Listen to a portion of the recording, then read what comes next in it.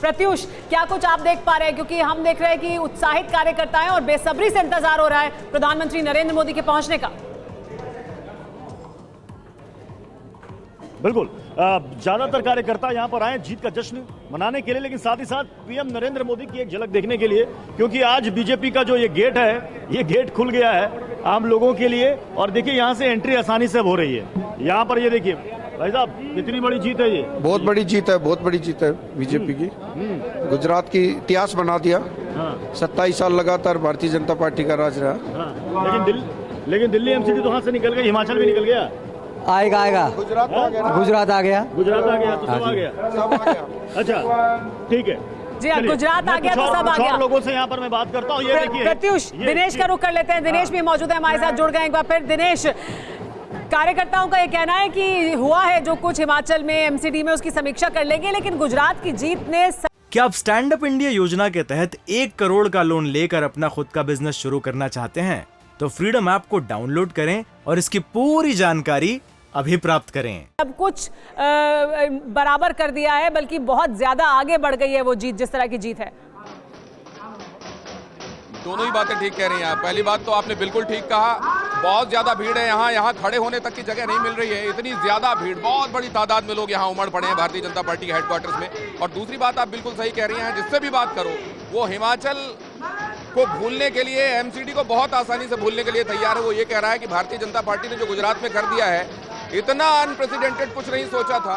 वो कॉम्पनसेशन नहीं, उससे भी ज्यादा कोई बड़ी बात है, वो तो हम उसको भूलने के लिए तैयार हैं। और गुजरात के सिर्फ संदर्भ में बात करते हुए कह रहे हैं कि वैसा ही जैसा कुछ कभी सेंचुरी मारने वाले किसी प्लेयर का इंतजार किया जाता है उसके बाद प्रेस कॉन्फ्रेंस में, वैसे ही यहाँ लोग इंतजार कर रहे हैं कि कितना जल्दी वो चेहरा, वो नाम यहाँ लोगों के बीच में होने वाला है। और इससे पहले कि वो यहाँ आए, न जाने कितने बार मोदी मोदी के नारे लग रहे हैं। एक बार दिखाइए जरा वो मंच जो तैयार कर रहा है अपने आप को, वो पोडियम जहां पर पूरी तैयारी हो चुकी है और यहाँ नीचे लोगों का उत्साह, इस धक्का मुक्की के बीच में, इस कोलाहल के बीच में। कहां से आए हैं आप? हम गाजियाबाद से आए हैं, महानगर के मंत्री हैं हम। कितने बजे चलना शुरू किया आपने? अब आपको लगा कि भारतीय जनता पार्टी हेडक्वार्टर चलना चाहिए? हमारे गाजियाबाद से हजारों की संख्या में कार्यकर्ता आए हैं और 1 बजे से हम यहाँ के भारतीय जनता पार्टी के कार्यालय। कब तक देख रहे थे टीवी आप? लग रहा था कि अभी थोड़ा सस्पेंस से देख लें फिर चलें।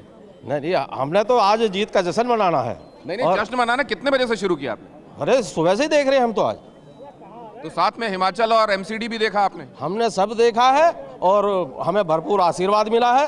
और 2-4 सीट हिमाचल में कम रहेंगी, कोई फर्क नहीं पड़ता।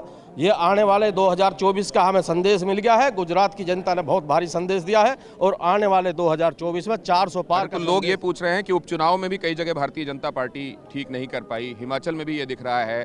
तो जब आप नेशनल पर्सपेक्टिव की बात करते हैं तो आपको ये देखना पड़ेगा वो सिर्फ गुजरात नहीं है। गुजरात ही दोहरा देंगे क्या भारतीय जनता पार्टी पूरे देश में?